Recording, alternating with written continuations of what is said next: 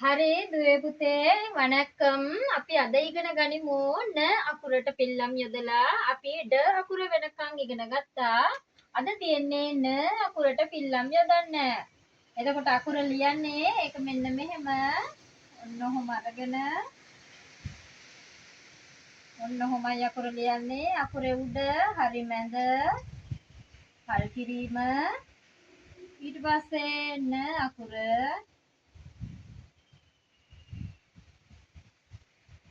ඊට පස්සේ එකතු කරමු ඇලපිල්ල අකුරට පස්සේ ඇලපිල්ල එතකොට ශබ්දය නා ඊට පස්සේ ඉස්පිල්ල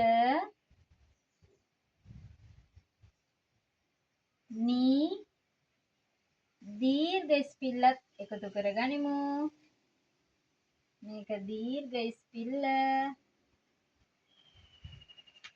ඊට පස්සේ පාපිල්ල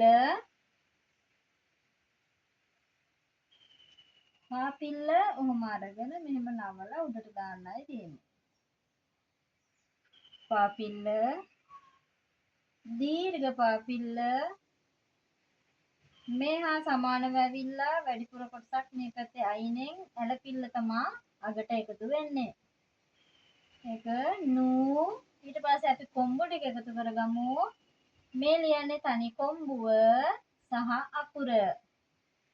කොම්බුව සහ අකුර.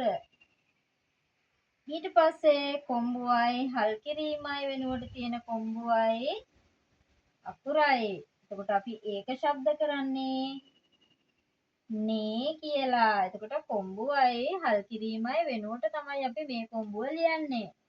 ඊට පස්සේ කොම්බු දෙක. කොම්බු දෙකයි නයන්න. කොම්බු දෙකයි න අක්ෂරය. ඊට පස්සේ ලියන්නේ කොම්බුවයි නයන්නයි ඇලපිල්ලයි. අපි සිංහලෙන් ලියන්නේ ඒ විදිහටම තමයි. කොම්බුවයි නයන්නයි ඇලපිල්ලයි.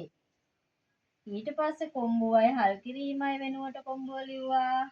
අකුර ලිව්වා. ඇලපිල්ල දැම්මා. එතකොට අපි මතක තියාගන්න ඕනි මේ අපි ලිව කොම්බුවයි හල් කිරීමයි වෙනුවට තියෙන නිසා ඒකේ සිංහල අකුර ලියවෙන්නේ මෙන්න මෙහෙම. නෝ අන්තිම අකුර අපි ලියමු කොම්බුවයි නයන්නයි ගයනු කිත්තයි.